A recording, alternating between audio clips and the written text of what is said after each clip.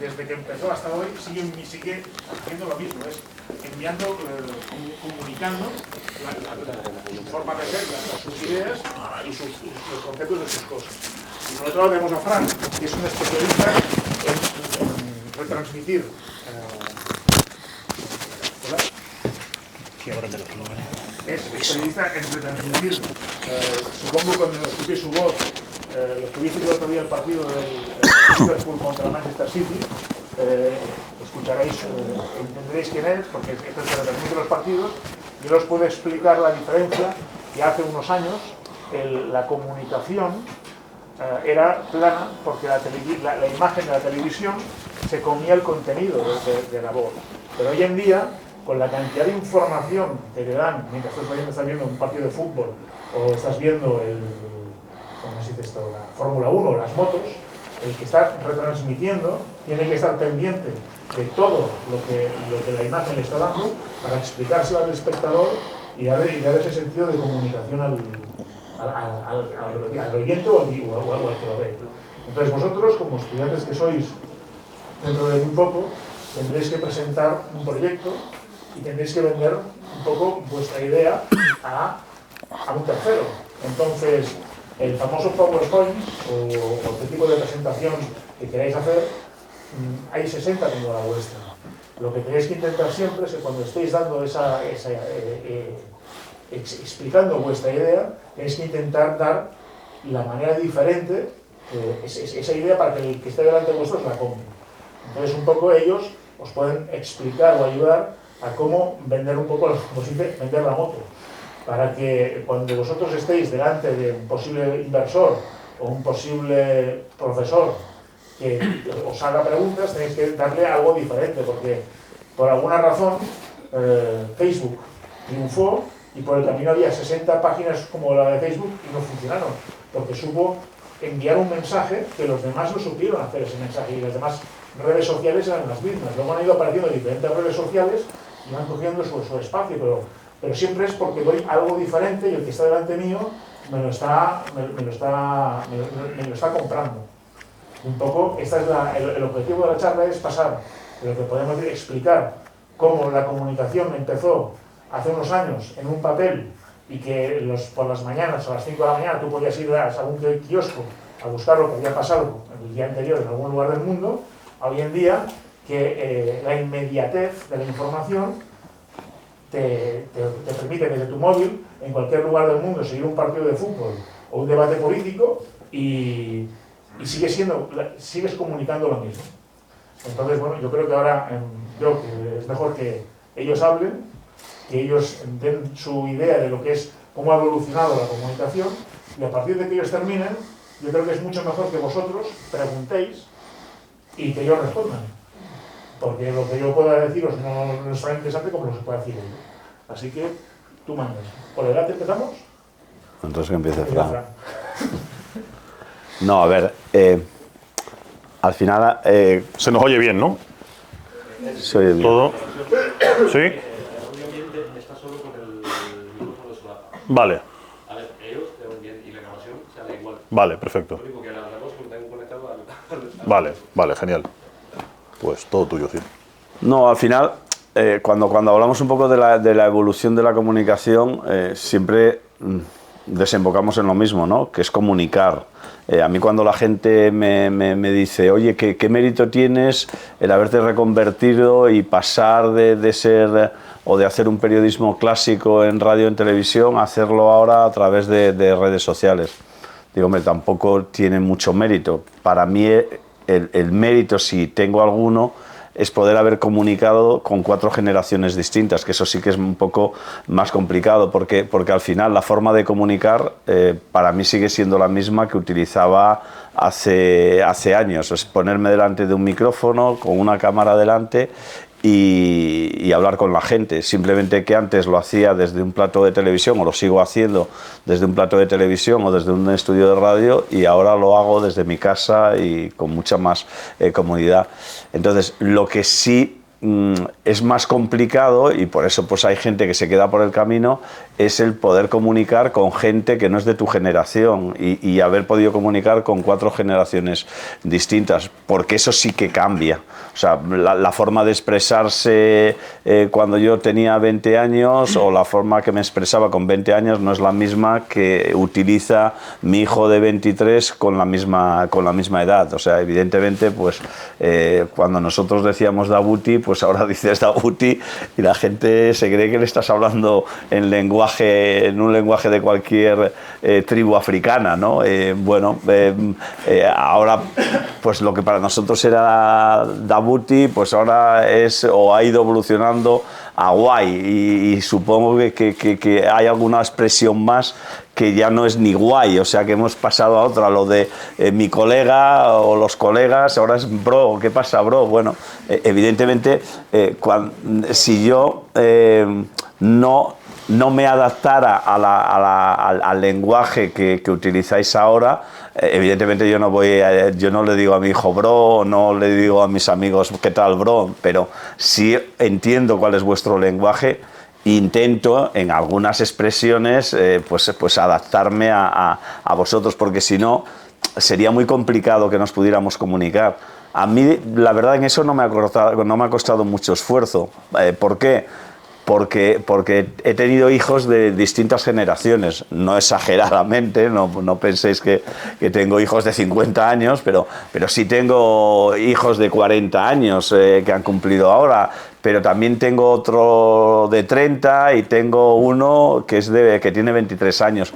Bueno, a mí eso me ha ayudado para recepcionar bien vuestro mensaje y poder comunicar yo también mi mensaje hacia vosotros, o sea, porque he ido entendiendo cuáles eran las expresiones que vosotros utilizáis para intentar un poco poder comunicarme con vosotros, ¿no? Tampoco tiene mucho mérito porque no me cuesta, o sea, es verdad que en mi caso, siempre he dicho que soy un poco Peter Pan, o sea, soy una persona que con 67 años ahora, pero yo sigo teniendo una cabeza de 20 o 25, ¿no? Entonces, a mí el pasar de comunicarme con gente de mi generación a pasarme a comunicar con vosotros, bueno, no me ha costado nada, ¿no? Pero bueno, al final a lo que voy, pongo mi caso particular porque creo que puede ser una buena muestra de cómo evoluciona la comunicación y cómo se puede comunicar con distintas generaciones, porque es de lo que se trata al final, ¿no? Si mi mensaje no fuera recepcionado por vosotros, no serviría de nada ponerme delante de un micro, ponerme delante de una cámara, y de hecho esas eran mis dudas cuando yo decidí, por ejemplo, entrar en Twitch y en YouTube, en las plataformas, ¿no? Fue a base de que mi hijo me insistiera mucho de que abriera el canal, y yo lo que siempre le decía, digo, a ver, Xavi, ¿qué le va a interesar a la gente de tu edad y más joven lo que yo le pueda contar? Lo que le pueda contar un viejo en ese momento de 63, 64 años, y es que no me va a ver nadie.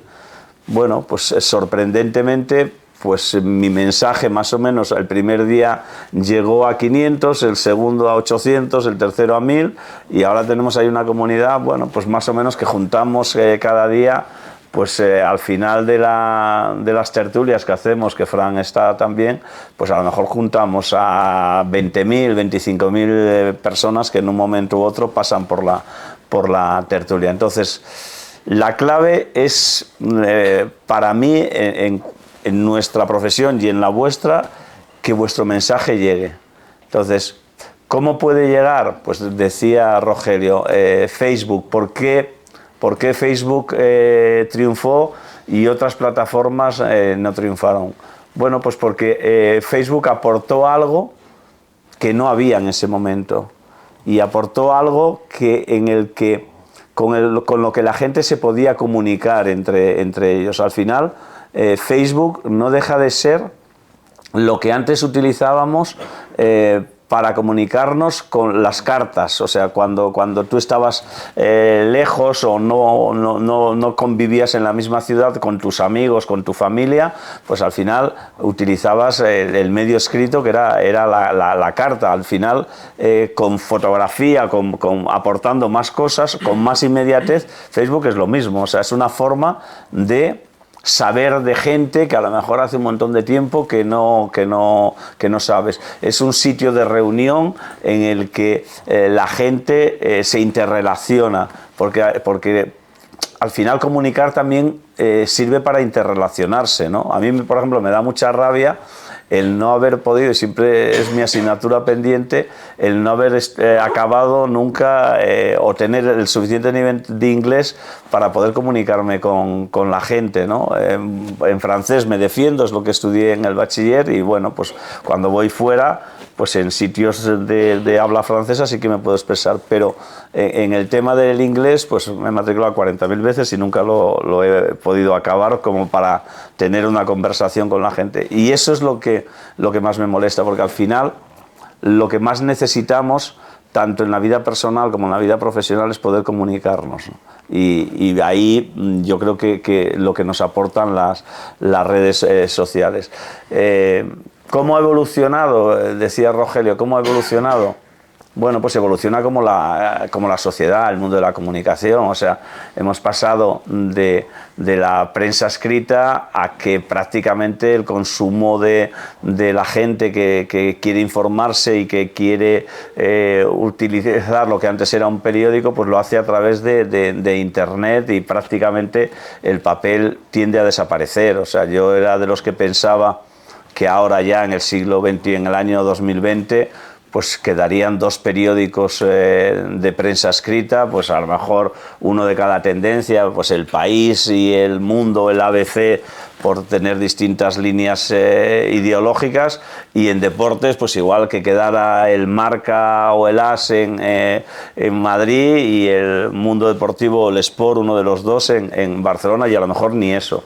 Bueno, sorprendentemente yo creo que ha ido aguantando bastante, pero no creo que mucho más allá de 10 años podamos ir a un kiosco a comprar o tener la variedad de comprar a elegir entre 5 periódicos distintos, porque la forma de consumir ha cambiado, porque la forma de comunicar también, y evidentemente vosotros vais más a la inmediatez, pero vais a la inmediatez a la hora de consumir no solo prensa escrita, sino también radio, televisión. O sea, están triunfando, por ejemplo, yo creo que ya empiezan a casi ser más escuchados los podcasts de los programas que se hacen habitualmente que realmente el programa en directo. ¿Por qué? Porque, bueno, buscáis lo concreto, lo inmediato, y no queréis estar a lo mejor aguantando 1 hora y media de un programa en el que solo os interesa un punto determinado. Pues cuando hablan os gusta el fútbol, pues cuando hablan del Madrid, pero cuando ya empiezan a hablar del Barça, a lo mejor ya no os interesa para nada, o cuando empiezan a hablar de badminton, pues todavía menos. Bueno, eso antes no tenías esa oportunidad de elegir, o sea, solo consumías todo, porque no tenías otra oportunidad para poder ir a lo concreto y a lo muy inmediato, ¿no? Entonces, bueno, yo creo que eso sí que ha cambiado mucho, ¿no?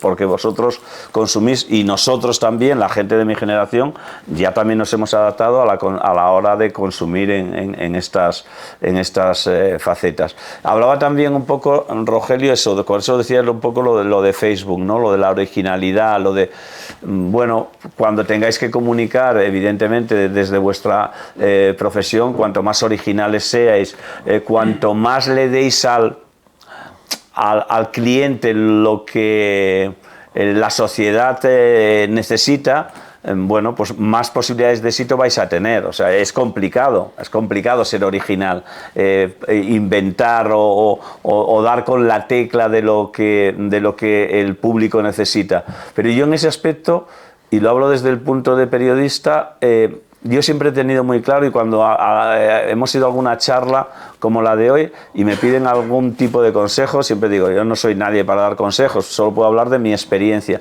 pero yo siempre digo lo mismo, digo, siempre nos tenemos que poner en posición de cliente, ¿Y cuál es la posición de cliente en el tema del periodismo? Pues ponerte siempre en la posición de oyente, ponerte en la posición de lector y ponerte en la posición de espectador. Yo siempre digo que cuando estoy haciendo un programa, si yo me estoy aburriendo haciendo ese programa, ¿cómo estará el que está al otro lado de la cámara o de la radio o del periódico? O sea, se aburrirá muchísimo más. Y eso es lo que siempre me da el toque para cambiar de tema. Por ejemplo, si estamos en una tertulia y estamos hablando del Barcelona o del Madrid y veo que ya el tema no da para más y yo ya me estoy aburriendo escuchando a los tertulianos, pues digo, hay que cambiar, porque si a mí, que soy el primer interesado en el programa, me encanta el fútbol, me encanta el Madrid, me estoy aburriendo, el que está escuchándonos o viéndonos se está aburriendo todavía muchísimo más y ya ha desconectado y se ha ido a ver otro canal. Eso se puede aplicar en cualquier faceta de la vida, o sea que siempre os pongáis en posición de cliente. ¿Qué es lo que le falta? ¿Qué es lo que yo como cliente me gustaría tener? O sea, ¿qué necesidades tengo? ¿Qué hay en mi profesión o en torno en la sociedad en la que me muevo? ¿Qué es lo que demanda esa sociedad? ¿Qué es lo que no hay y que yo encuentro a faltar y qué es lo que yo puedo aportar? O sea, es un poco la originalidad, pero poniéndonos siempre en la posición de cliente, ¿no? De qué es lo que yo haría, o yo, si tuviera la oportunidad de cambiar algo, qué es lo que yo podría hacer o qué es lo que yo podía aportar que no estoy encontrando en la sociedad. Bueno, es un rollo macabeo, pero tranqui. Yo a todo lo que ha dicho Siro, que me ha parecido muy interesante, le quiero añadir dos términos que para mi forma de trabajar, para cómo enfoco yo mi profesión, han sido muy valiosos y creo que para la vuestra lo pueden ser, que son polivalencia y transversalidad. ¿Por qué transversalidad? Empiezo por la última. Yo soy de una generación, Siro hablaba de 4 generaciones, yo estoy más o menos en la mitad. Yo soy de una generación de periodistas que creció queriendo ser un tipo de periodista, se formó y cuando saltó al mercado laboral vio que ese periodismo con el que había crecido había cambiado. Porque yo estudié en una época en la que no había internet y cuando salté al mercado laboral internet lo dominaba todo, porque yo mamé mucho papel y cuando salté al mercado laboral el papel ya tenía una importancia relativa, y eso me ha pasado con un montón de cosas. Y al final, lo bueno que creo que tiene mi generación, que lo ha tenido muy difícil para ciertas cosas por eso, es que ha conseguido mamar de 2 sitios diferentes y ha conseguido quedarse con lo bueno de los 2. Y evitar a veces ese adanismo que tienen un poco las nuevas generaciones, y os hago el reclamo para que no caigáis en ello, de solo estar pendiente de lo nuevo. Lo nuevo es lo mejor, lo de antes no sirve para nada, mi público es la gente nueva, mi público es el consumidor joven, los de 40 para arriba me dan igual, y Siro es un ejemplo de que esa gente es gente activa, es gente que consume y es gente de la que no te tienes que olvidar, ni en cuanto a producto ni en cuanto a mensaje. Yo estoy muy orgulloso de que la generación de periodistas que capitanea gente como Siro, a mí me ha enseñado muchas cosas que yo sigo aplicando en el día de hoy. No las he metido en el baúl de los recuerdos. Me aportaron un rigor que a lo mejor ahora se lleva menos porque todo es mucho más ligero. Una profundidad a la hora de tratar los temas que a lo mejor ahora se distrae un poco, pero que en aquella época era muy importante. Si tú no tenías una cosa muy masticada, muy comprobada, muy preparada, tú no saltabas al ruedo a pecho descubierto. Ahora parece que, bueno, con esto de la inmediatez, de que al fin yo entro a una tertulia y parece que esto ya mañana no se acuerda a nadie, la gente cae en, bueno, pues a lo mejor no me la preparo, sí, total. Con lo que, y a mí, la generación anterior me enseñó que tú para una retransmisión de 2 horas tienes el doble de horas previas de preparación, porque te tienes que conocer a todos esos jugadores, porque tienes que conocer todo ese contexto, y eso que ahora a lo mejor se valora menos, es algo que yo me llevaba de esos periodistas con los que en su día crecí, queriéndome parecer y queriendo imitar. Entonces, para mí esa transversalidad es muy importante, tanto en tu mensaje, en el hecho de que no compres todo lo nuevo como bueno de por sí, hay cosas nuevas que me valen y cosas nuevas que no, y no deseches todo lo antiguo solo porque te parece que, bueno, esto ya es carca, no sirve para nada, porque muchas veces lo nuevo, que parece tan atractivo de primeras, lo hablaba Rogelio, no triunfa. A lo mejor tú te enamoras de una app que en un año se ha ido a la mierda, y el papel, que hay mucha gente queriéndolo enterrar, pues ahí continúa. Hay muchas cosas antiguas, siempre se pone el mismo ejemplo, ¿no? De la música clásica. Salen grupos nuevos, triunfan otros estilos de música, pero hay un montón de gente que sigue escuchando a Beethoven, a Mozart y música de otros siglos. Porque al final todo lo antiguo no es inherentemente malo. Yo creo que la clave, los que triunfan son los que saben agarrar las cosas de los dos sitios. Y ahí voy con mi otro término que ponía, que es la polivalencia. Yo una cosa que tenía clara, en una época en la que además el periodismo no sabía muy bien si iba a la hiperespecialización o a que la gente supiera, yo lo que preferí es, voy a intentar tocar muchos temas, saber de muchos temas, porque nunca sabes lo que te puede dar de comer. En mi caso, a mí me encanta el básquet. Yo sé que saltaba una profesión en la que el fútbol, más en este país, es todo. Pero yo quise huir un poco de ese fútbol centrismo. Me encanta el fútbol, sé de fútbol, veo fútbol, me preocupo por seguir el fútbol, pero hay más cosas. Siro es un hombre que eso lo ha hecho muy bien también. Siro, ahora le conoce mucha gente por hablar de fútbol, pero Siro ha sido un periodista de baloncesto fundamental en este país. Y al final, muchas veces, si tú te enfocas en el fútbol, donde todo el mundo quiere ir a ese fútbol, y descuidas otras cosas que a lo mejor son más de nicho, pero que también tienen su público, pierdes un target muy importante, porque esa gente a lo mejor es incluso más fiel que la gente del fútbol. La gente del básquet, en ese tipo de cosas, yo creo que es más purista, incluso gasta más dinero a lo mejor que la gente del fútbol, porque valora más. La revista Gigante sigue editándose, porque yo creo que la gente valora, Don Balón ya no, pero Gigante sí, porque la gente creo que todavía en ciertos targets, que a lo mejor son menos masivos, tiene interés. Y el hecho de que sean menos masivos no quiere decir que te tengas que olvidar de ellos, sino que tienen una gente que a lo mejor tú encuentras que nadie en el mercado les ofrece la necesidad que ellos tienen. Entonces, intenta abarcar todo lo más posible, aunque solo sea por un tema estadístico y matemático, ¿no? Si tú pones los huevos en 5 cestas, pues hay más posibilidades de que prosperen que si los pones todos en una. Sobre todo si esa una es la más fácil, la más mainstream, la que más gente acude para vender su producto, etcétera, etcétera. La polivalencia para mí siempre ha sido muy importante porque me permite tener la tranquilidad, entre comillas, de que si se me cierra una puerta, tengo siempre un plan B. Si algún día dejo de hacer fútbol, pues tendré otras cosas de las que hablar. Yo tengo compañeros a los que si un día les quitan el fútbol, drama total porque no tienen más que ofrecer.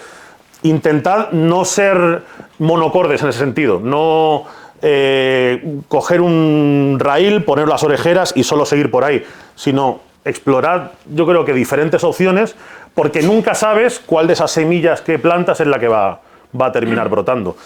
Polivalencia y transversalidad para mí, en nuestro gremio y yo creo que en el vuestro, son dos ideas muy importantes. Porque es que yo siempre que vamos a charlas así, y cuando era estudiante me pasaba lo mismo, si venía el típico conferenciante que estaba dando una paliza de 3/4 de hora a 1 hora, la verdad es que se me hacía muy aburrido y normalmente estaba deseando que acabara la charla, ¿no? Entonces, siempre me ha gustado, pues eso, hacer como hemos hecho ahora, yo creo que una pequeña exposición y que después vosotros nos preguntéis, porque hay un montón de seguro que de dudas que podáis tener. O sea, la teoría está muy bien, que expongamos cuál es nuestro pensamiento y cuál es nuestra idea, pues está perfecto, porque es una forma de empezar la charla, pero al final de lo que se trata es de que charlemos y que vosotros tengáis la oportunidad, ya que estamos aquí, pues tenemos la experiencia que tenemos, pues que os traslademos nuestra experiencia y que nos preguntéis las cosas que os apetezca y las dudas que os puedan generar sin ningún tipo de miedo, ni temores, ni nada que se parezca, porque a lo mejor nosotros estamos exponiendo unos puntos de vista y a lo mejor vosotros preferís enteraros o que os hablemos de cosas que estamos teorizando y que a lo mejor os interesan menos y hay otras que no hemos hablado o hemos hablado menos, poco y os interesan más, ¿no? O sea, como entonces, Mbappé, por ejemplo, ¿no? Como Mbappé, si viene Mbappé o no, que es la pregunta recurrente. Correcto, ¿no? A los que les gusta el fútbol, la pregunta recurrente es si viene o no viene Mbappé. Bueno, para aclararos la duda a los futboleros, viene Mbappé, yo creo, ¿no? Me parece que estamos todos de acuerdo que viene Mbappé. No seré yo el que te contradiga. No, yo tampoco voy a contradecir yo a nadie ya. ¿Cuándo? Bueno, para el año que viene.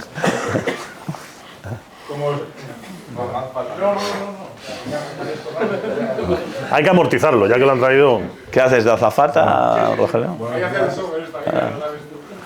Habéis hablado de las nuevas comunicaciones y quería saber, más dirigido para Fran, que ha hablado un poco, ¿qué es lo que no te gusta y no cogerías de las comunicaciones modernas? Para mí, muchas veces, lo moderno es sinónimo de superficial y a mí es algo que no me gusta. La gente tiende a pensar que, por ejemplo, lo fresco, ¿no? Esto que siempre se dice, no, la frescura, tal, va ligada un poco de una comunicación algo chabacana, algo superficial, en la que da un poco igual todo, en la que todo es consumo rápido porque mañana esto nadie se va a acordar, porque, bueno, me da igual, porque si hoy soy trending topic, pues ya habrá otro mañana que diga otra más gorda y me tape. Y esa especie de cuesta abajo en la que a veces va la comunicación, a mí me repele un poco, porque yo soy de esa generación en la que valoraba que hubiera, bueno, pues gente con un discurso, con un pozo, que profundizara en ello, que lo sostuviese durante el tiempo, que se informara, que hablara desde el conocimiento. No esto ahora también que se lleva mucho de alguien que sabe un poco de todo, ¿no? Vemos tertulias en las que la misma persona habla del coronavirus, de la guerra de Ucrania y mañana ¿sabes? De lo que le ha pasado a Rocito. Entonces, al final, bueno, pues, ¿qué información te puede dar esa persona que está todo el rato hablando de todo? Y que lo que te ofrece es un océano de 1 centímetro de profundidad, ¿no? Yo prefiero a lo mejor un lago, que no sea tan grande como un océano, pero de alguien que sepa de lo que habla. Entonces, para mí va un poco siempre ligado a eso. Es verdad que la comunicación es diferente, porque también la inmediatez que pide el que escucha o el que lee es diferente, pero yo creo que la clave está en encontrar un poco ese término medio, ¿no? Ni en dar las chapas, que yo también pienso que mucha gente de la vieja escuela daba, ¿no? O sea, no hay que convertir esto en el programa de Sánchez Dragó tampoco permanentemente, pero que esto no sea tampoco, ¿no? Esta cuesta abajo en la que muchas veces va la comunicación, en la que todo da igual.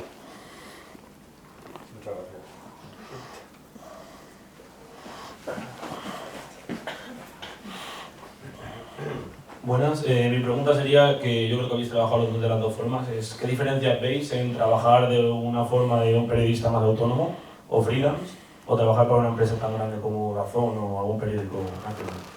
Bueno, lo que te da la posibilidad de trabajar en Twitch, en este caso, en redes sociales, es la independencia. O sea, que para cualquier profesional es clave, o sea, y en el mundo de la comunicación todavía más, o sea, yo siempre he dicho que lo que me aporta Twitch, aparte del aspecto económico, que también, o sea, me da la posibilidad de elegir yo cuál va a ser mi propio presente y mi propio futuro. O sea, voy a ser yo el que diga cuándo quiero irme de la profesión, y no va a ser ninguna empresa, ni ningún jefe, ni nadie ajeno a mí. O sea, la decisión la tomaré yo y eso no tiene precio. Eso que es lo más importante. Después, en el día a día, pues evidentemente también te da la independencia de elegir tú los temas de los que hablas, de los horarios que te quieres marcar, de los días que quieres estar. En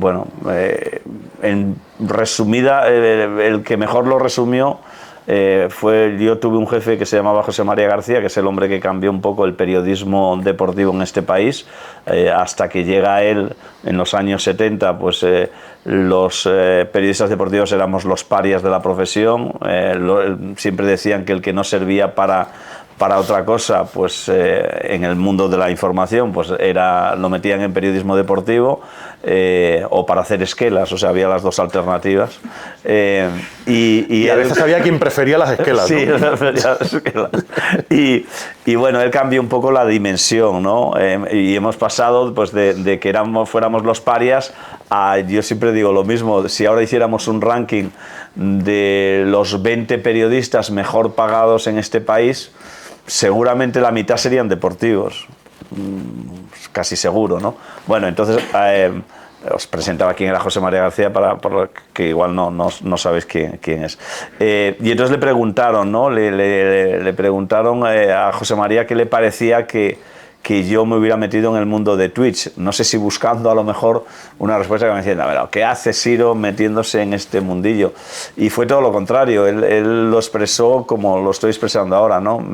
Él dijo, pues mira, me alegro mucho de que él esté en las redes sociales y en el mundo de Twitch y de YouTube, porque va a recuperar la independencia que en algún momento ha podido perder. ¿Por qué? Porque es verdad que si te debes a una empresa no tienes la misma independencia a la hora de tomar decisiones, pero incluso a la hora de expresarte, o sea, porque te tienes que adaptar al medio en el que estás. Y evidentemente, si yo estoy en COPE, que sigo estando pues de tertuliano, mi forma de expresarme es más o menos la misma, pero hay palabras y hay expresiones que a lo mejor no puedo utilizar por respeto al medio en el que estoy, ¿no?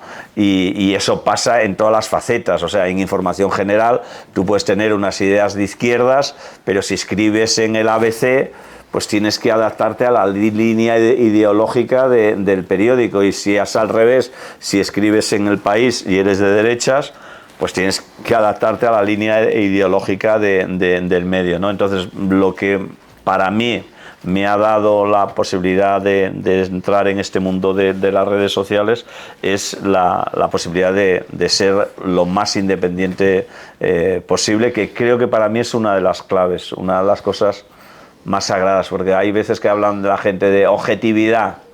Bueno, yo siempre digo que la objetividad no existe. O sea, lo que sí creo y demando a los periodistas, que intentemos ser lo más independientes posibles dentro de que te debes a una empresa. ¿Por qué? Porque eso sí que es sagrado. Tu opinión no puede estar marcada por que te lo imponga alguien, o bien sea porque recibes un beneficio económico, o bien sea porque te lo marca para después tener algo a cambio, ¿no? Porque después lo de la objetividad, yo siempre he dicho lo mismo, la objetividad no existe, o sea, siempre vamos a opinar y nos vamos a dejar llevar por sentimientos, a veces positivos, negativos, nos dejaremos llevar más o menos, unos nos dejaremos llevar más por unos sentimientos y otros menos, ¿no? Y intentarán alcanzar o estar lo más cerca de la objetividad, pero la objetividad al 100% no existe, porque siempre nuestra opinión, aunque no lo queramos, va a estar marcada por un sentimiento positivo o negativo, por algo que has vivido con una persona de la que estás opinando, o por algo que te ha llegado, aunque no conozcas a esa persona, a lo mejor te llegan inputs positivos o negativos, y cuando tú vas a hablar de esa persona o vas a opinar de esa entidad, pues eso va a influir en tu subconsciente, y lógicamente vas a dejar de ser objetivo al 100%. Pero lo que sí que yo creo que es innegociable es la independencia de tu opinión, que tu opinión no esté marcada por nada ni por nadie. O sea, eso sí que intentar conseguir eso creo que es casi exigible en nuestra profesión. Vaya rollo. Ten en cuenta también que yo creo que vivimos en una época en la que ya ha desaparecido esto que se estilaba antes, y que a lo mejor todavía a muchos de vuestros padres les pilló, de yo entro a trabajar en un sitio con 18 años, y ya me jubilo, y ya ahí hasta los 65, y luego me voy, el último día ramo de flores, sí, y gracias por todo lo que le ha dado a la empresa, porque llevas aquí toda la vida. Igual hasta te regalan un reloj. Mi padre le regaló un reloj cuando se jubiló. Y no conoces otra cosa, y no te mueves nunca más, y el sitio en el que accedes nada más a ir a la universidad es el que ya te da de comer toda la vida. Eso yo creo que ya, salvo contadísimas excepciones, ha muerto. Entonces, al final, si tú consigues que tu prisma laboral no sea lo que decía antes, todos los huevos en una cesta, sino que sea un árbol en el que hay muchas ramas, algunas más grandes, otras menos grandes, pero que no suponga un drama si se cae una rama porque tienes otras ramas. Picotear de muchos sitios te ayuda, yo creo, primero a ser inquieto, a no estancarte, porque también lo que te da a veces ese contrato fijo de por vida es que renuncies a buscar otros horizontes, a iniciar otros proyectos, a curiosear qué hay por fuera, porque tú estás muy bien aquí, muy calentito, y fuera hace mucho frío, mientras que como autónomo, yo creo que si tú lo sabes enfocar bien, al final no tienes esas ataduras, puedes meter el piececito en muchas piscinas a ver cómo está el agua, algunas te irá mejor, otras te irá peor, pero eso siempre te ayudará, primero, a tener esa mentalidad un poco polivalente, lo que te decía antes, y luego también a, bueno, pues con lo propio que decía Siro, de no tener que económicamente ser tan dependiente, yo creo que eso también vitalmente es mejor negocio, ¿no? Que un ERE en una empresa no tire afuera todo en tu vida, sino que si se cierra una puerta, tú siempre tengas varias ventanas para abrir luego. Hola, buenos días. ¿Qué tal? Es un placer escucharos tan cerca, la verdad que impacta. Una pregunta respecto a la preparación mental que tenéis antes de un partido. Si sois conscientes de la cantidad de gente que os escucha o preferís pensar que vais a estar en una tertulia como si estuvierais con vuestros amigos comentando un tema, o cómo os preparáis para afrontar ese directo. Yo me preparo poco.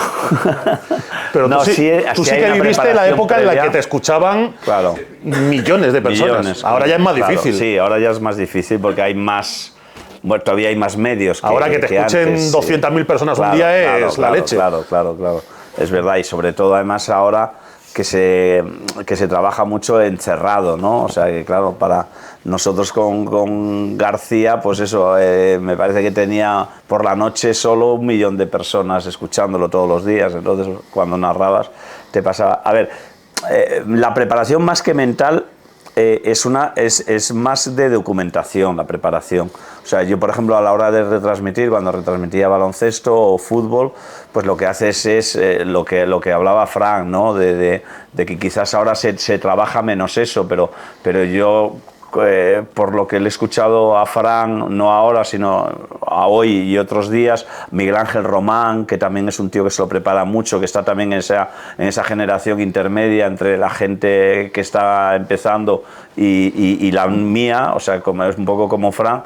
Hombre, lo que hacemos, yo por ejemplo, pues en los partidos de baloncesto, todavía ahora de Real Madrid Televisión, pues le dedicas un par de horas a preparar, a repasar los jugadores, el historial de los jugadores, pues porque en una retransmisión no puedes limitarte única y exclusivamente, o por lo menos no es mi estilo, a como un loro a decir Pepito se la pasa a Menganito y Menganito se la pasa a Zutanito, porque al final dices, joder, si eso ya lo está viendo la gente, o sea, vamos a aportar alguna cosa más, aparte de los comentaristas que tú tengas alrededor. Entonces, es verdad que según van pasando los años y vas conociendo más a los jugadores y a los personajes, bueno, te hace falta menos preparación. ¿Por qué? Porque ya te lo conoces de memoria, lo que han hecho, lo que han dejado de hacer. Pero como, por ejemplo, en el tema del baloncesto, constantemente, pues cada temporada pues hay cambios de como 3, 4, 5 jugadores americanos o extranjeros que vienen a cada equipo, bueno, pues te lo preparas más o menos. Más que mental, es un tema de documentación, de decir, bueno, de dónde ha jugado, cómo ha jugado, qué es lo que ha hecho, qué ha pasado durante la semana, este jugador pues está lesionado, no está lesionado.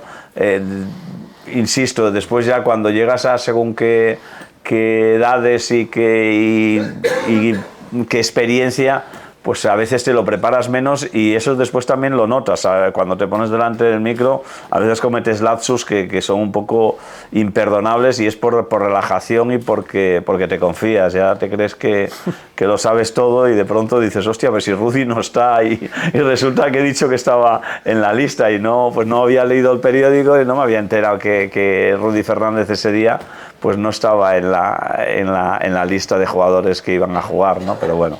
Normalmente lo que haces y sobre todo pues la gente como Fran, como Miguel Ángel y tal se preparan mucho los partidos, ¿no? Más que mental es un tema de documentación, ¿no? Es que es imposible tener todo el rato en mente que te escucha mucha gente porque entonces colapsarías. O sea, esto es como si tú vas a una central nuclear y le preguntas a un trabajador, ¿eres consciente de que si tocas el botón que no es volamos todos y te cargas la ciudad y mueren 1 millón de personas? Pues supongo que la gente que trabaja en una nuclear no está todo el rato con eso en mente porque si no le daría un Harry el segundo día de trabajo. Entonces, las horas de vuelo al final te hacen, ¿no?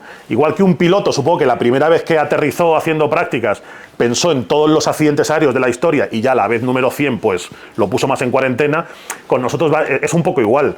Yo la primera vez, siempre cuento la misma anécdota, la primera vez que me puse delante de un micrófono de manera más o menos seria fue estando en la universidad en Radio Complutense, en la radio que teníamos allí. Y te oían 10. Y me oían 10, pero se encendió el piloto por primera vez y yo recuerdo que tenía que leer una cosa de baloncesto. Ahora te explicaré yo una anécdota mía también. Recuerdo, era un partido de Euroliga que el Real Madrid le había ganado al Partizan de Belgrado. Y yo me había hecho ahí unas notas tal y cual, y cuando me llegó el turno, se encendió la luz roja, o sea, en ese momento pensé, colapsaste. Toda España me está escuchando. O sea, toda España. O sea, ahora mismo el país se ha parado y está todo el mundo escuchando la radio así a ver qué digo, y se me olvidó el nombre del Partizan. Yo decía, el Real Madrid contra el equipo este. Yo pensaba, el equipo este de negro, joder, ¿cómo se llama? El equipo serbio este, tal. Porque me puse tan nervioso que en ese momento dije, blackout.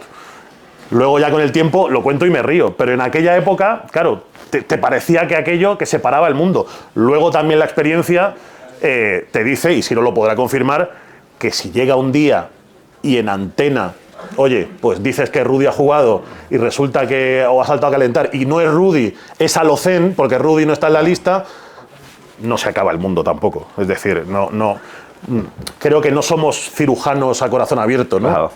Entonces, bueno, eso también te ayuda un poco a poner las cosas en cuarentena. Pero al final yo creo que todo es cuestión de experiencia, de horas de vuelo y de, bueno, pues que con el tiempo también coges más soltura y aprendes un poco a poner en cuarentena también las situaciones. A mí me pasó un caso parecido a Frank, que eso sí que hila con el tema mental, de quizás al principio, claro, igual al principio sí, mentalmente tienes que intentar obviar la cantidad de gente que te puede estar escuchando. O sea, ahí sí que hubiéramos necesitado, cosa que no tuvimos, una preparación, ¿no? Mental de que alguien que nos dijera, oye, que tranquilo, que esto que no pasa nada, que tal. Yo empecé en prensa escrita en un periódico que se llamaba Dicen en Barcelona y entonces, pero siempre pensé que si servía para algo en el mundo del periodismo era para la radio, sobre todo la radio, la tele, porque de aquella además la tele casi era impensable llegar porque solo había una televisión en España, que era Televisión Española, bueno, la 1 y la 2, que era lo mismo, y entonces decir, bueno, llegar a televisión no me veía tampoco además. Pero la radio sí, porque siempre he sido bastante charachero y tal, y la radio era un medio que esto. Y entonces nada, hasta que no entré en la radio, pues no paré. O sea, hice lo que pude, fui tocando puertas y al final entré en Antena 3 de radio, que era una cadena de radio que empezaba en el año 82, ¿no? Y nada, yo dije, es que esto de la radio, la prensa escrita así, porque tienes que redactar, joder, y yo siempre nunca veo que haya redactado bien, siempre digo, es que eso, no he puesto bien la coma, esa frase no me gusta, repito mucho una palabra, la tengo que quitar, total, tardo 2 horas para escribir un folio. Y dije, lo mío es la radio, y hasta que llego a la radio, y el primer día que entro en la radio es como si me hubiera metido en la silla eléctrica, o sea, unos nervios para hablar un minuto, para decir, pues hoy ha entrenado el Barça o el Español y se ha lesionado Menganito, ya está, no tenía que decir nada más y dar paso a una grabación, a lo mejor a una entrevista que habíamos hecho al final del entrenamiento, porque de aquella podías hablar con los jugadores y tal. Pero era como si, bueno, pero era tan mal lo pasaba, me ponía tan nervioso para ese minuto que un día, cuando ya llevaba 3 meses en la radio, me quedé en blanco. O sea, no es que me olvidara del nombre del Partizan, no. O sea, es que me quedé en blanco, no sabía qué decir, o sea, no sabía si volver atrás, si ir para adelante, o sea, aquello que te quedas, ¿y ahora qué hago? ¿No? Pensé para mí y me quedé callado, no dije nada, y suerte que el que llevaba el programa, que era José Manuel Muñoz, que tenía ya un poco de experiencia, bastante más que yo, me recuperó él, me dijo, bueno, damos paso a la cinta de no sé qué, y ahí, pero yo me quedé, y claro, ¿por qué me pasaba eso? Un poco lo de Fran, claro, yo me ponía, era para entrar en Barcelona, no era para a nivel de España, porque claro, que me pusiera nervioso cuando entraba con García, eso me pasó hasta el cabo de 2 o 3 años, yo qué sé, que yo cada vez que entraba con García me entraban todos los males, o sea, digo, a ver qué me va a preguntar, a ver qué me va a decir, a ver cómo voy a contestar, que es que me están escuchando 1 millón de personas, tal. Pero en aquel caso era Antena 3 de Barcelona, una emisora que empezaba de aquella, que nos podían escuchar, yo qué sé, 20.000, 15.000, 30.000, no más, no creo, y casi todos familiares de unos o de otros. Y me ponía que era un trance, o sea, y sí es verdad que en ese momento sí hubiéramos necesitado alguien que nos ayudara, y que a lo mejor algún psicólogo o alguien que nos ayudara a decir, oye, que no pasa nada, que estáis hablando, y al final, es otro consejo que supongo que Fran cuando va a las universidades lo da. Al final tienes que pensar que al otro lado del micro no hay nadie. O sea, ¿cuándo consigues cambiar ese chip y alejar los nervios? Primero con la experiencia, el dominio ya del medio, y después sobre todo cuando haces un chip y dices, yo no pienso ahora ni lo pensaba con García, que cuando yo estaba narrando un partido me estaban escuchando pues 500.000, 600.000, 800.000, ya no lo pensaba. Es más, yo por ejemplo, no sé si, y es malo, yo siempre digo que tenemos que hacerlo porque es como puedes mejorar, porque tienes muchos tics en las narraciones que no te das cuenta, y cuando lo escuchas dices, hostia, he repetido demasiado esta palabra, y tengo que intentar que no echar mano de ese tic para ese recurso, no tengo que hacerlo. Pero por ejemplo, a mí lo que sí que me pasaba es que me daba vergüenza escucharme, porque decía, qué barbaridades digo, pero ¿cómo puedo decir estas cosas que estoy diciendo? Pues ponerme de pie a narrar una canasta de baloncesto, o bueno, pues levantarme o decir expresiones ahí, que viva la madre que te parió, no sé qué, y dices, pero ¿cómo puedes decir esto?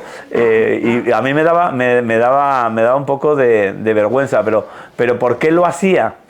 Porque pensaba me daba vergüenza después escucharlo, decir, ¿y esto lo habrá escuchado tantas personas? En cambio, cuando estaba narrando, no pensaba en la gente que me podía estar escuchando. O sea, lo narraba para mí, hacía fluir mis sentimientos, ¿no? Entonces, lo narraba para mí y ya estaba. O sea, y yo siempre decía lo mismo, yo narro igual en la radio como si estuviera en el salón de tu casa, o sea, hago las mismas expresiones y me levanto para celebrar un gol del Madrid, pues igual que si me da igual que esté narrando que si estoy viéndolo con mi familia en casa o mis amigos, ¿no?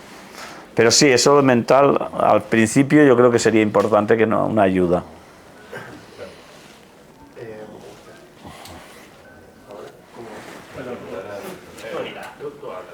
Ahora. Mi pregunta es sobre lo que ha dicho Fran, de que él estudió con un tipo de comunicación y cuando salió había otro tipo de comunicación distinto. Y mi pregunta es ¿cuál crees que es la comunicación que nos vamos a encontrar nosotros? Bueno, si lo supiera, sería millonario, macho.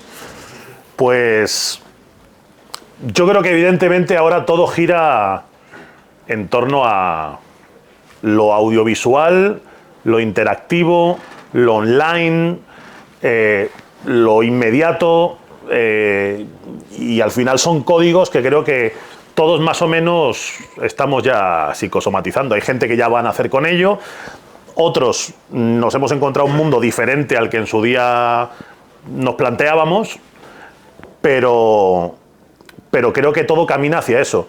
Lo cual no implica que todo lo que hay hasta ahora esté mal. Es decir, al final también en todos los gremios, y yo creo que en el vuestro pasa lo mismo, hay un punto en el que giras tanto la rosca que la rosca se pasa y vuelve al punto de partida.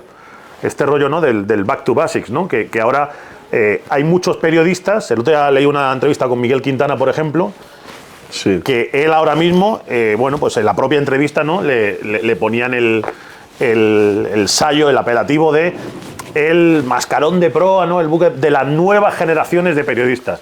Y él en la entrevista lo que decía es: yo lo que hago es volver a los orígenes, lo que yo siempre tal, que es hablar de fútbol, viendo los partidos, informándome, intentando ser un poco analítico, que eso es una cosa que a lo mejor ahora huele como a, ¿no?, huele como a cerrado. Si te lo dice alguien si te lo dice Alfredo Relaño, ¿no?, pues a lo mejor te huele a... Pero te lo dice Miguel Quintana, que es un tío de 30 años, y te cambia un poco el esquema, ¿no? Entonces, al final, yo creo que eso te enseña a que muchas veces, por el afán de innovar, de todo el rato ir a lo diferente, a lo nuevo, a lo que acaba de salir, a lo que yo creo que... te olvidas también de una serie de códigos que van a seguir vigentes toda la vida. Y que más o menos en profundidad, pero vas a tener siempre que respetar y que tener en cuenta y que tocar. Y en ese sentido creo que también es importante, ¿no?, que valoremos que girarse hacia lo nuevo está bien, pero nunca perder de vista de todo lo que viene detrás, porque al final es algo que también, consciente o inconscientemente, mucha gente demanda. Es que además se habla mucho, por ejemplo, del panenquismo, ¿no? Y yo creo que en casos como el de Quintana o Axel Torres y tal, hacen un periodismo más clásico que el que hemos hecho muchos de mi generación. O sea, porque están volviendo otra vez a el análisis sesudo del juego, del no sé qué, cuando eso es algo que ya habíamos superado. O sea, que buscamos más ya el también en las tertulias un poco mezclar, vale, pues al hacer un análisis, pero sobre todo también el hacer un entretenimiento, ¿no? Que hacer algo que no sea muy denso, ¿no? Y en cambio, por ejemplo, Quintana triunfa en YouTube como triunfó, haciendo un periodismo muy analítico. O sea, en eso, entonces nunca sabes qué es lo que le interesa a la juventud. Resulta que hay un montón de chavales jóvenes que les gusta más que el chau chau y más que el divertimento, les interesa más un periodismo más sesudo, que es el que hace Quintana o el que hace Axel Torres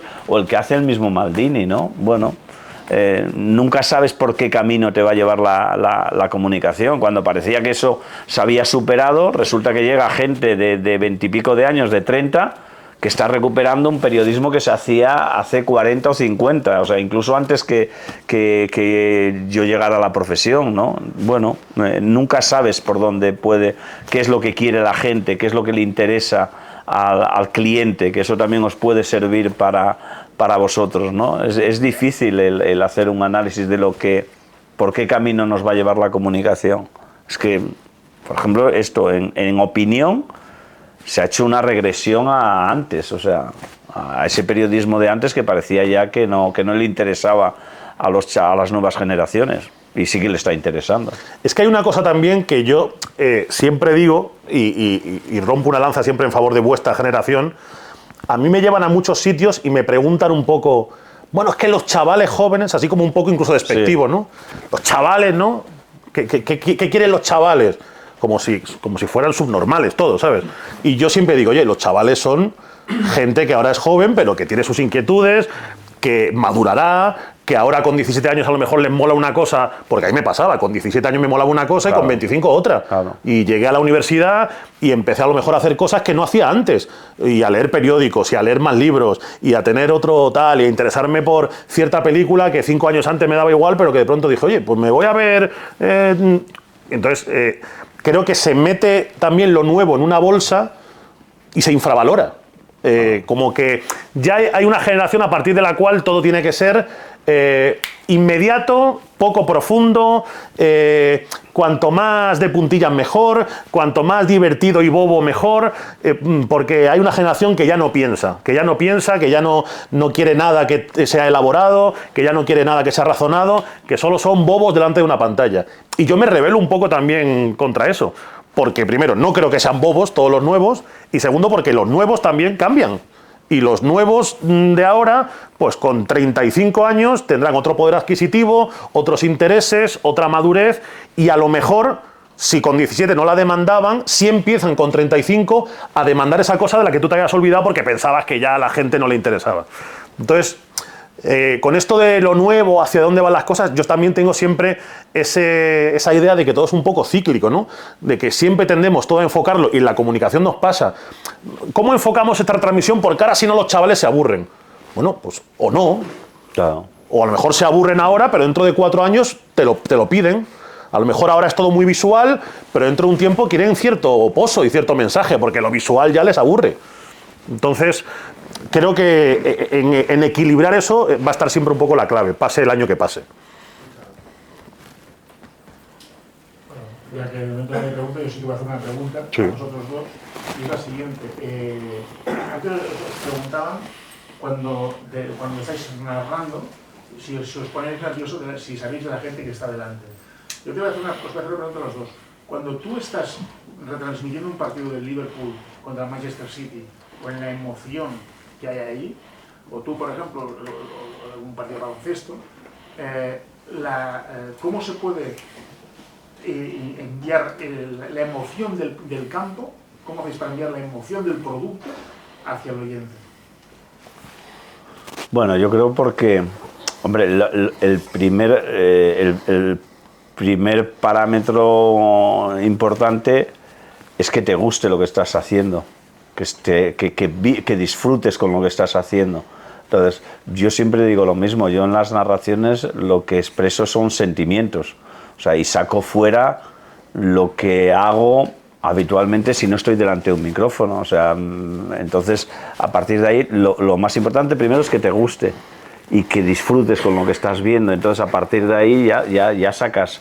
Ya lo sacas todo para afuera, o sea, a mí no me cuesta, o sea, y por eso pues hay partidos en los que estás más expresivo y más emocional, y hay partidos que no estás tan emocional. Bueno, porque a lo mejor lo que estás retransmitiendo no te hace que vibres con, evidentemente, siendo políticamente correcto y haciéndolo, intentando hacerlo lo mejor posible.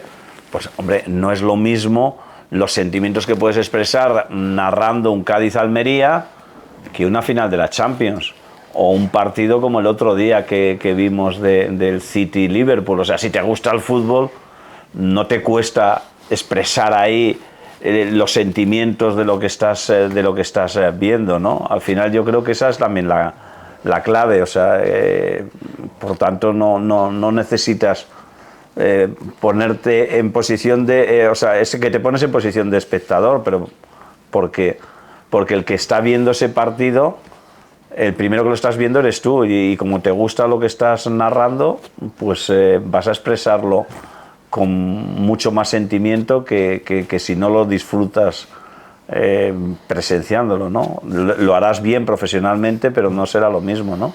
No sé. Sí, yo creo que la mejor forma, y entronca un poco con lo que ha dicho Siro, es ser de verdad, ser tú. A mí la mejor crítica que me pueden hacer de una transmisión es cuando veo que alguien me pone en redes: oye, qué bien me lo he pasado con vosotros, porque se nota que lo estabais disfrutando. Eso es lo que más puramente traspasa la pantalla. Si tú estás siendo de verdad y estás transmitiendo lo que tú estás sintiendo. Yo conozco grandes narradores que me dejan un poco frío porque los veo muy impostados. Claro, a mí, Y a lo mejor son pluscuamperfectos, pero me da la impresión de que se tienen casi apuntadas las narraciones. Bueno, es que hay quien, ¿no? De que tienen su frase hecha perfecta con sus puntos y sus comas para que alguien llegue, la saque y la suba a YouTube y quede aquello maravilloso. Pero a mí aquello me parece que no transmite nada, me parece vacío. si tú te dejas llevar, si tú esa pasión... Como dice la gente de ahora, que es otra palabra que yo no... Fluir. Hay Sí, que dejar que sí, fluya. O sea, es verdad, es fluir. Y esa verdad es la que al final quiere también, en vuestro caso, el consumidor. Si tú ofreces algo que es de verdad, se nota. Claro. Y si tú impostas algo, aunque parezca que el resultado final es mejor, se nota también. Claro. Y yo prefiero esa originalidad de lo que es de verdad. Antes de que llegue allí, una pregunta. ¿Cómo venderíais una lavadora? ¿Cómo venderíamos una lavadora? Primero diciendo que es buena. Poniendo un neón detrás, ¿no? Que te den un neón, ¿no? Y pones ahí el logotipo. Que te patrocinen la tertulia. A ver, nosotros en este aspecto somos más periodistas que marketingianos. Claro. O sea, evidentemente, para vender ¿cómo vendes una lavadora? Pues hablando de las bondades y sobre todo, el mensaje tiene que ser creíble. Y yo, por ejemplo, que trabajo también, afortunadamente, pues tengo patrocinios en el canal, yo siempre intento vender el producto en primera persona. Es decir, os estoy ofreciendo algo que yo ya tengo y que si no lo tuviera y tengo la oportunidad de comprarlo, lo compraría para mí. O sea, no, lo que tienes que hacer es eso, que el mensaje sea creíble, o sea, que no estés hablando de algo que tú no tendrías en tu casa o que tú no comprarías. O sea, entonces, el resumen de cómo vendéis una lavadora, haciendo que el mensaje sea creíble.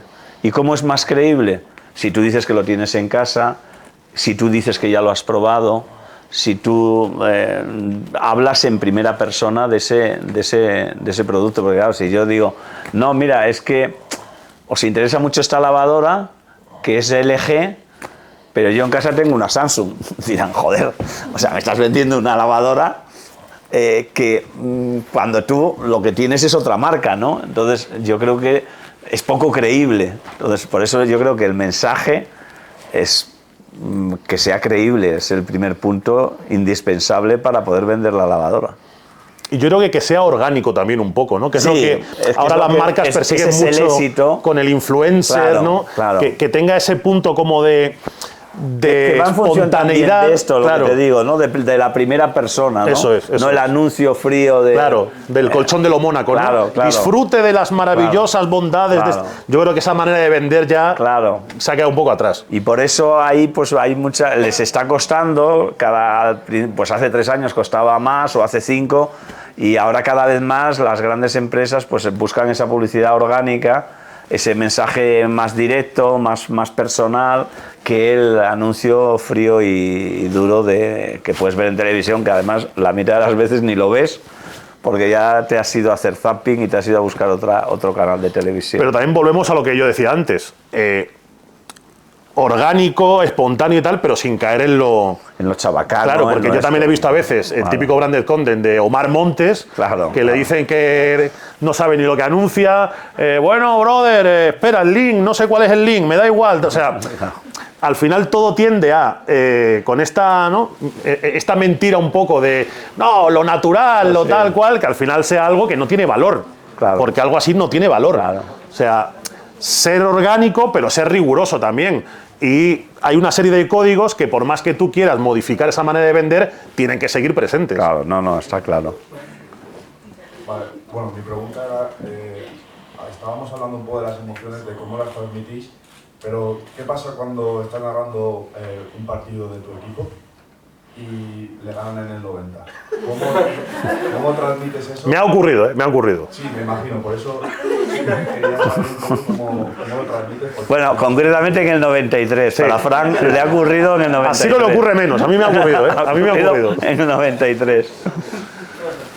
Bueno, al final también es verdad que intentas que fluyan los sentimientos, pero por encima de todo está la profesionalidad también, ¿no? Y pensar, es decir, yo no narro igual, no narro igual, o no narraba cuando estaba en Antena 3 de radio, que era a nivel nacional, con José María García, que era el número 1 de deportes, y narraba pues un Barça-Madrid, y por encima de que a mí me apeteciera más que ganara un equipo u otro, bueno, tenías que pensar que también te están escuchando gente de otros equipos o pues mucha gente del Barça y mucha gente del Madrid. Yo podía tener ganas de que ganara el Madrid o el Barça, en este caso en baloncesto el Barça, en esa época, pero tenía que pensar que también hay mucha gente que es del Madrid que te estaba escuchando. Entonces, bueno, tienes que hacer un equilibrio y ahí sí que mentalmente tienes que trabajar un poquito ese tema, ¿no? De que seas lo máximo de imparcial que puedas y que se noten mucho menos tus sentimientos. Donde dejas fluir tus sentimientos es cuando no hay nada que te ate sentimentalmente a un equipo. Decir, oye, pues la selección española, cuando narraba con la selección española, pues dejabas fluir ahí todo para esto. Entonces, entiendo que tienes que también saber, hay un punto importante en el que la comunicación, hacia qué público te diriges. O sea, yo si estoy narrando un partido en Real Madrid Televisión de fútbol y le meten un gol en el minuto 90, sé que el 90% de la gente, por no decir el 100% que está viendo Real Madrid Televisión en ese momento es del Madrid. Con lo cual mi reacción va a ser la misma que pueden tener ellos. O sea, pues de decepción, de tristeza, de no sé qué. Si estás hablando para un medio nacional en el que hay tanta gente escuchándote de un equipo como de otro, pues tienes que intentar ser profesional y bueno, meterte en el bolsillo tus sentimientos, ¿no? Y bueno, pues ponerte en la situación tanto del que iba ganando como del que va perdiendo o al que le empatan. O sea, tienes que ponerte en la misma situación y no, más o menos, qué es lo que te pasa a ti sí, a nivel estatal. Sí. Yo siempre pongo el mismo ejemplo. Sergio Scariolo es italiano y es el seleccionador español de básquet. Y él ha jugado contra Italia, siendo seleccionador español de básquet. Durante esos 4 cuartos, Sergio Scariolo se olvidaba de que era italiano. Era profesional y él quería que ganara España. Luego ya en casa, pues tendrá más dilemas, menos dilemas, pero él, los gritos que pegaba en los tiempos muertos eran porque España quería que le ganara a Italia. Ese cambio de chip es el que yo intento tener cuando me pongo delante de un micrófono a narrar a mi equipo. Wow. Bueno, yo puedo tener X sentimientos, pero en ese momento me debo a la profesionalidad, me debo a el que me está escuchando que es del equipo rival al que no le puedo hacer de menos. Y al final, yo siempre... La anécdota que cuento con esto, yo soy del Atlético de Madrid y yo en DAZN, las primeras 4 veces que narré Atlético de Madrid, no ganó ninguna de las 4. Mis amigos me escribían, mis amigos colchoneros, me escribían diciendo, tío, eres gafe. O sea, ha perdido Atlético de Madrid 5 partidos del año y contigo ha perdido 3. Y me seguían poniendo a hacer el Atlético, porque querrá decir que yo aparcaba en ese momento mi disgusto, mi frustración, tal, y lo que hacía era contarlo. Te ponías el Atleti para ver si palmaba, como, pues a lo mejor el que manda es del Barça. Y a la quinta ya ganó el Atleti, entonces ya me quité el sallo de gafe. Pero yo en ese momento no quería que ganara el Atleti, lo que quería era que saliera mi retransmisión lo mejor posible. Que mi jefe estuviera contento, que el espectador estuviera contento, que quedara un buen producto, y luego ya, cenando tranquilamente con el equipo, con los productores, con tal, pues oye, se había ganado maravilloso, me tomaba mi cerveza sonriente, y si no, pues me la tomaba menos sonriente. Sí es verdad que hay un tema que cuando eres de un equipo y estás narrando, a veces porque no se te note, incluso eres más crítico con tu equipo. Me ha pasado también eso, que te lo digo. O sea, como dices, la gente ya sabe que eres de... O sea, si yo, por ejemplo, que la gente sabe que soy del Madrid, si tuviera que narrar a nivel nacional un Madrid-Barça, seguramente sería más crítico con el Madrid que con el Barça. ¿Por qué? E incluso cantaría el gol del Barça con más intensidad que el del Madrid. Por aquello de que, claro, ya como es del Madrid, no canta el gol del Barça como lo tiene que cantar. Y esa vez sí que a veces mentalmente te influye un poco, pero en el aspecto negativo hacia tu equipo. Que eres luego también, poco más... yo creo que hay algo que el ciudadano de a pie a lo mejor no concibe, que es que a mí me pasa, a ti te pasará, y yo creo que al 90% de periodistas les pasa, que con los años ya... Sí, te vas eres o sea, menos o sea, de- que decir, sí. no te quedas sin cenar tampoco porque Sí, tu equipo, sí, ¿sabes? sí. Yo con 14 años, unos Bueno, lloros y unas cosas, y yo. ¿no? El Atleti bajó a segunda, que se acabó el mundo ese día, me quería tirar por la ventana. No sé, el otro día el Atleti ganó en Cádiz y yo estaba con mi novia en el cine y dije, pues a otra cosa, ¿no? ¿Sabes? O sea, la vida al final también te hace poner en cuarentena ciertas cosas. Hola. Que vosotros que... ¿Ahora? Sí. Ahora.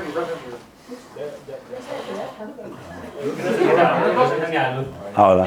Vosotros que lleváis años en esto y habéis conocido jugadores y lo mismo os ha caído bien algún jugador, habéis tenido relación, si a la hora de comentar algún partido y analizar su juego y criticarlo, si lo habéis tenido en mente, os ha costado más o... Es lo que te hablaba de un poco de la objetividad.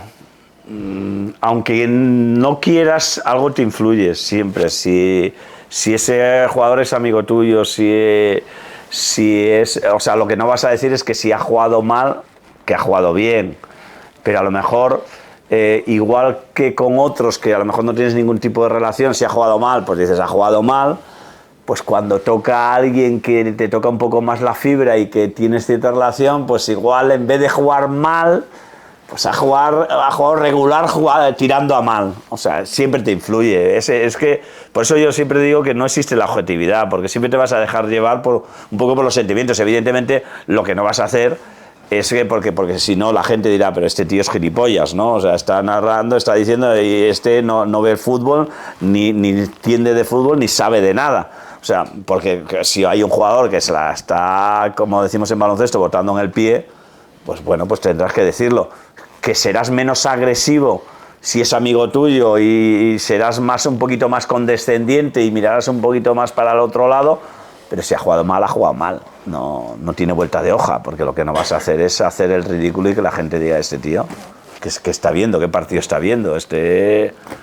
O este tío, vamos, le debe estar pagando este jugador todas las cenas del mundo para que hable bien de él, ¿no? Es un poco eso. También te digo que si alguien es tu amigo de verdad, él mismo sabe valorar que tu profesión es hablar de su partido y que con todo el cariño, porque evidentemente no le vas a faltar al respeto, pero si tienes que decir que se ha metido un gol en propia, pues lo tienes que decir. Claro. O sea, y si alguien se cabrea por eso, es que muy amigo tuyo tampoco era.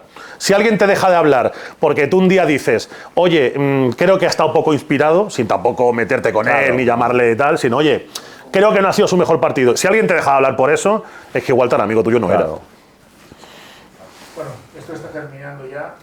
Yo quiero hacer las dos últimas preguntas. Para mí, la trayectoria de Siro, que la sigo bastante, a mí lo que siempre más me impresionó fue cuando presentabas el telediario en Telemadrid, Sí. porque para mí entender cambiaste el concepto de la presentación de los deportes. Fuiste el primero en darle sentido del humor al deporte, o sea, y en una época, en una televisión un poco gris, para mí fuiste el pionero en la transformación. Luego fuiste al Chiringuito y cambiaste el concepto también de las tertulias. Me gustaría saber, cuando decidiste presentar el deporte y darle el toque, digamos, divertido o humorístico, no, digamos, Sí, bueno, más. al deporte, si tuviste muchas pegas y a la hora de ofrecer un producto nuevo al mercado, si el mercado cómo lo recibió al principio y si de alguna manera a la hora de ofrecer ese producto dentro de lo que es el grupo, la cadena, cómo aguantaste las críticas, porque seguro que tuviste las críticas. Y en parte de Fran, me gustaría preguntarte si alguna vez se te ha ocurrido alguna paja mental de hacer el deporte, si lo has propuesto y te has dicho que no. Y me gustaría saber si es así, ¿qué has hecho? No, yo no tuve mucho problema, pero vuelvo otra vez al origen, lo que hablaba al principio. Yo intento siempre ponerme en posición de espectador, y cuando he tenido la oportunidad de decidir yo lo que se podía hacer, pues evidentemente pues lo he intentado aplicar. Entonces tampoco es que tenga mucho mérito, o sea, yo creo que era hacer el deporte más distendido, más entretenido, que no fuera alguien allí que solo sale a leer unas noticias y tal. Empezamos, pues a la vez que 4, empezamos a hacerlo, primero lo hacía Manolo Lama se va a 4, que es cuando se crea 4, y entonces yo incorporo a Antonio Mérida, me incorporo yo también, y entonces hacemos ese dúo, que eso te facilita, o sea, el presentar entre dos siempre es mucho más, te permite hacer mucha interrelación, y entonces hacer una información menos cuadriculada, ¿no? Pero que ni tuve problemas ni me atribuyo ningún mérito. O sea, yo creo que me puse eso en posición de espectador, que es lo que me gustaría a mí ver si hubiera estado en el otro lado, o lo que me echaba en falta cuando yo era un espectador y no tenía poder de decisión, y dije, bueno, lo ponemos. Y la verdad es que al principio pues hubo gente que le chocaba, al principio hay gente que te dice que el de fútbol y el deporte es mucho más serio de lo que nosotros queríamos hacerlo, pero al final la gente se acostumbró y vio que sumaba más que restaba. O sea, sí es verdad, yo me acuerdo con la directora de Antena, me decía, pero Siro, ¿estás seguro de que esto va a funcionar? Digo, bueno, yo creo que sí, digo, porque yo, que me gusta el deporte, que he seguido el deporte durante un montón de años, pues es algo que yo encuentro a faltar, y que a mí me gustaría que, bueno, al final más o menos la cosa funcionó, y bueno, pues me lo pasé muy bien. La verdad es que yo me lo pasé muy bien, y creo que la gente, yo creo que nunca más después ha tenido las audiencias que tuvo Telemadrid en deportes, no las tuvo después ya en el 2010. Bueno, también es porque cambiaron muchas cosas y tal, pero bueno. Yo es que con eso de innovar, de ofrecer otra cosa, soy muy de la opinión de que el movimiento se demuestra andando. Que al final esto de... O sea, cuántas ideas y cuántas maneras de ver el periodismo y de innovar, si se hubieran presentado en frío, en un PowerPoint, en un despacho, a un señor de corbata, no le hubiera parecido bien. O sea, el producto Ibai, por ejemplo, claro. Si tú hace 10 años le dices, mira, vamos a poner a un chico... regordete, va a hablar delante de una cámara, que se va a poner a pegar gritos a veces haciendo narraciones de canicas, que no sé qué, pues un tío de una empresa igual te hubiera dicho, esta mierda que es, o sea, estás loco. Y luego el propio Ibai lo puso encima de la mesa y la gente empezó a comprar ese producto. Claro. Entonces, yo soy muy de la opinión de que a veces sobreanalizamos todo. Y tenemos un mundo ahora en el que yo creo que es que se presta mucho a que alguien, oye, ¿se te ocurre algo? Cómprate una cámara, cómprate un tal y hazlo. Y es la manera más fácil de ver si eso realmente tiene un target que interesa. Véndelo directamente, quítate de intermediarios, ofrécete tú, muestra tu producto. Y el propio público instantáneamente decide si le interesa o no, porque hay unas views, porque hay un... Entonces yo creo que esa relación ofrecer-comprar está más cercana que nunca en el mundo de la comunicación y de lo audiovisual. Sí, es verdad, es verdad. Pues primero agradeceros que hayáis venido. Por mi parte, como siempre, se aprende. Espero que vosotros habéis entendido un poco el concepto de que cuando estéis delante de un posible cliente, o de un posible profesor, o de un posible persona que os quiere estudiar vuestra empresa, tenéis que pensar que esa persona no existe, como decía antes, y que la innovación siempre hay que hacerla, porque es la única manera de poder avanzar en este mundo. Muchas gracias.